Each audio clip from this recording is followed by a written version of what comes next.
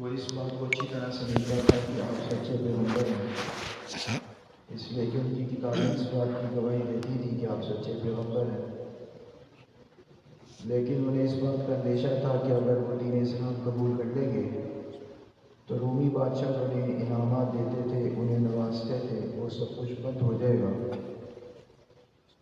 تو اللہ تعالیٰ نے ان کی اس بات اور نظریے کے رد کے طور پر اور اہل ایمان کے سامنے ایک حقیقت کو بیان کرتے ہوئے ارشاد فرمایا قُلِ اللہم مالک الملک، کہ آپ یوں کہیے اے اللہ مالک الملک، اے اس کائنات کی بادشاہت کے مالک، تؤتی الملک من تشاء، تو جسے چاہتا ہے ملک بادشاہت دیتا ہے، وتنزع الملک ممن تشاء، تو جسے چاہتا ہے بادشاہت کو چھین لیتا ہے، وتعز من تشاء وتذل من تشاء، تو جسے چاہتا ہے عزت دیتا ہے، جسے چاہتا ہے تو ذلیل و رسوا کرتا ہے۔ بیدک الخیر، اچھائی اور برائی سب تیرے قبضے قدرت میں ہے، یعنی اچھائی تیرے قبضے قدرت میں ہے۔ اسی کے ساتھ اگلا مفہوم یہ بھی ہے کہ اچھائی اور برائی دونوں تیرے قبضے قدرت میں ہے، تو جسے چاہے اچھائی عطا کر دے اور جسے چاہے تو مشکل حالات سے دوچار کر دے۔ اس لیے اہل ایمان کو تلقین کی جا رہی ہے کہ دنیا کے اندر کسی سہارے کو مت تلاش کرو، بلکہ اللہ کا سہارا پکڑو، اسی آسرے کو تھامو، اور اس بات کی پرواہ چھوڑ دو کہ دین حق قبول کرنے سے تم پر اگر کوئی ظاہری اعتبار سے مشکلات آتی ہیں تو اس کی پرواہ چھوڑ دو، بلکہ دین حق کو قبول کرو۔ انک علی کل شیء قدیر، بے شک آپ ہی ہیں جو ہر چیز پر پوری قدرت رکھتے ہیں۔ انہی عیسائیوں کو، اہل کتاب کو، اہل ایمان سے جو ایک اختلاف تھا وہ یہ تھا کہ اللہ تعالیٰ نے یہ نبوت بنو اسرائیل کو چھوڑ کر بنو اسماعیل کو کیوں دے دی؟ بنو اسرائیل وہ اہل کتاب تھے، سابقہ آسمانی کتابوں کے حاملین تھے، ان کے پاس کتاب تھی، وہ اپنے آپ کو عالم کہتے تھے، اور بنو اسماعیل یعنی قریش کو وہ جاہل کہتے تھے، امی کہتے تھے، ان پڑھ کہتے تھے، انہیں کافر کہتے تھے۔ تو وہ کہتے تھے کہ یہ نبوت اللہ نے بنو اسماعیل میں کیوں رکھ دی، قریش کو کیوں دے دی؟ تو اللہ تعالیٰ اس کے جواب میں فرما رہے ہیں کہ یہ اللہ تعالیٰ کی قدرت کا نظام ہے کہ اللہ جسے چاہے نواز دے۔ دیکھتے نہیں کہ وہ رات کو دن میں داخل کر دیتا ہے، دن کو رات میں داخل کر دیتا ہے، کبھی رات طویل کر دیتا ہے اور کبھی دن کو لمبا کر دیتا ہے۔ وہ زندہ میں سے مردہ کو نکال لیتا ہے، مردہ میں سے زندہ کو نکال دیتا ہے، یعنی اس کی قدرت کا نظام ہے۔ تو اس نے جب چاہا تو امیوں میں ایک پیغمبر کو پیدا کر دیا، ایسا پیغمبر جو سارے انبیاء کا امام بنا۔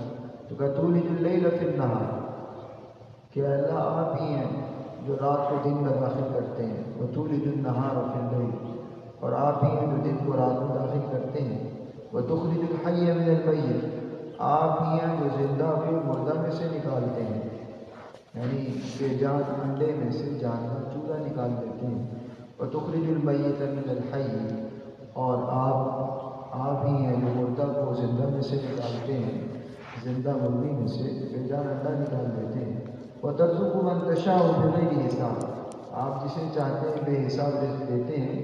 یہاں ان تمام معانی کا ایک مشابہت بھی ہے کہ وہ اللہ تعالیٰ نبوت کا رزق جس کو چاہتے ہیں عطا کر دیتے ہیں۔ نبوت ایک نعمت ہے، وہ جسے چاہیں دیں، بنو اسحاق کو دیں، بنو اسرائیل کو دیں یا بنو اسماعیل کو دیں، یہ اللہ تعالیٰ کی صلاحیت پر مبنی ہے۔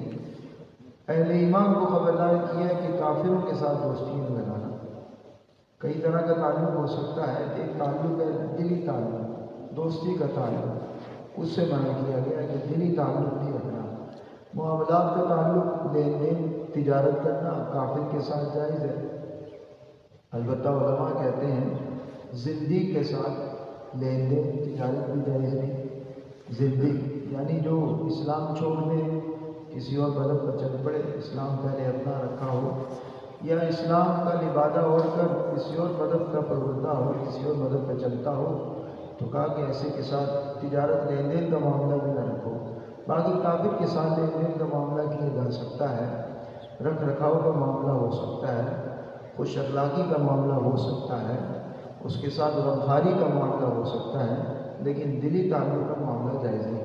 لا يتخذ المؤمنون الکافرین اولیاء من دون المؤمنین، ایمان والوں کو نہیں چاہیے کہ وہ ایمان والوں کو چھوڑ کر کافروں کو دوست بنائیں۔ ومن يفعل ذلك فليس من الله في شيء، جو کوئی ایسا کرے گا تو پھر اس کا اللہ سے کسی قسم کا کوئی تعلق نہیں۔ الا ان تتقوا منهم تقا، ہاں تم کسی بچ بچاؤ کے لیے ظاہری رکھ رکھاؤ کے لیے خوش اخلاقی کے طور پر ان کے ساتھ معاملہ کر لو تو کوئی حرج کی بات نہیں۔ وَيُحَذِّرُكُمُ اللَّهُ نَفْسَهُ، اللہ تعالیٰ تمہیں اپنے عذاب سے خبردار کرتا ہے۔ وَإِلَى اللَّهِ الْمَصِيرُ، لوٹ کر تم نے اللہ کی طرف جانا ہے، اپنے اعمال کا حساب کتاب وہاں پر لینا ہے۔ قُلْ إِن تُخْفُوا مَا فِي صُدُورِكُمْ أَوْ تُبْدُوهُ، آیت کا ایک تو ظاہری مفہوم ہے، عمومی مفہوم ہے کہ ان سے کہہ دیجیے جو کچھ تمہارے سینوں میں ہے تم اسے چھپاؤ یا ظاہر کرو، یعلم اللہ، اللہ سب جانتا ہے۔ اور اس کا تعلق وہ نجران کے عیسائی وفد کے ساتھ بھی ہے کہ وہ اس بات کو جانتے تھے کہ یہ سچے پیغمبر ہیں۔ وہ جو مدینے آئے تھے اس مقصد سے نہیں آئے تھے کہ حق کو تلاش کرنے کے لیے آئے تھے کہ ہم جا کر دیکھیں کہ اگر وہ سچے پیغمبر ہیں تو ہم ایمان لے آئیں، وہ اس مقصد سے نہیں آئے تھے، بلکہ وہ تو مناظرہ کرنے کے لیے آئے تھے۔ وہ تو اس نیت سے آئے تھے کہ جا کر اپنے دین کی برتری کو ثابت کریں، مسلمانوں کو ہرا کر آئیں کہ بھئی تمہارا دین غلط ہے۔ وہ تو اس نظریے سے آئے تھے۔ تو ان سے کہا جا رہا ہے کہ جو تمہارے جی میں ہے تم اس کو چھپاؤ یا ظاہر کرو، اللہ سب جانتا ہے۔ وَيَعْلَمُ مَا فِي السَّمَاوَاتِ وَمَا فِي الْأَرْضِ، وہ سب اس لیے جانتا ہے کہ جو کچھ آسمان میں جو کچھ زمین میں وہ سب کو جانتا ہے، تو تمہارے جی میں جو ہے وہ اس کو بھی جانتا ہے۔ وَاللَّهُ عَلَىٰ كُلِّ شَيْءٍ قَدِيرٌ، اللہ تعالیٰ کو ہر چیز پر پوری قدرت حاصل ہے۔ يَوْمَ تَجِدُ كُلُّ نَفْسٍ مَّا عَمِلَتْ مِنْ خَيْرٍ مُحْضَرًا، اس دن پتہ چلے گا جس دن جو انسان نے جو عمل کیا ہوگا اچھا وہ اسے اپنے سامنے حاضر پالے گا۔ وَمَا عَمِلَتْ مِنْ سُوءٍ، اور جو اس نے برا عمل کیا ہوگا اسے بھی اپنے سامنے پائے گا۔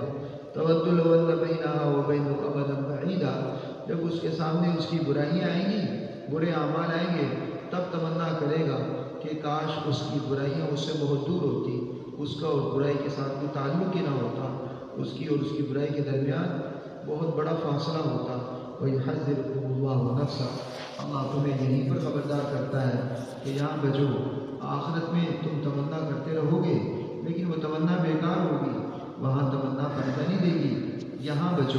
وَاللَّهُ رَءُوفٌ بِالْعِبَادِ، اللہ بندوں پر بڑا مہربان ہے، شفیق ہے، وہ مشفقانہ طور پر انسانوں کی رہنمائی کرتا ہے کہ عذاب والے طریقوں سے بچیں، عذاب والے راستے سے بچیں۔ قُلْ إِن كُنتُمْ تُحِبُّونَ اللَّهَ فَاتَّبِعُونِي، وہ تو بندوں سے بڑی محبت کرتا ہے، لیکن بندے اس کی محبت کو کیسے حاصل کریں؟ اس کا طریقہ یہ ہے کہ وہ اللہ کے بھیجے ہوئے پیغمبر نبی اکرم صلی اللہ علیہ وسلم کی اطاعت کریں، نبی اکرم صلی اللہ علیہ وسلم کی بات مان کر زندگی گزاریں۔ اگر وہ اس طرز عمل پر چلیں گے تو اللہ کی محبت کو پا لیں گے، اگر اس طرز عمل پر نہیں چلیں گے تو پھر اللہ کی محبت کو نہیں پا سکتے، اللہ ان سے کبھی بھی محبت نہیں کرے گا۔ قُلْ إِن كُنتُمْ تُحِبُّونَ اللَّهَ، ان سے کہہ دیجئے کہ اگر تم اللہ سے محبت کرنا چاہتے ہو فَاتَّبِعُونِي، تو میری اتباع کرو، نبی اکرم صلی اللہ علیہ وسلم کی بات مان کر چلو۔ يُحْبِبْكُمُ اللَّهُ، اللہ تم سے محبت بھی کرے گا، وَيَغْفِرْ لَكُمْ ذُنُوبَكُمْ، تمہاری خاطر تمہارے گناہ بھی معاف کرے گا۔ وَاللَّهُ غَفُورٌ رَحِيمٌ، اور اللہ تو بہت بخشنے والا بے انتہا مہربان ہے۔ تم جب چاہو اس کی بارگاہ میں حاضر ہو کر توبہ کر سکتے ہو، وہ تمہاری توبہ کو قبول کرے گا۔ قُلْ أَطِیعُوا اللَّهَ وَالرَّسُولَ، ان پر وعدے کر دی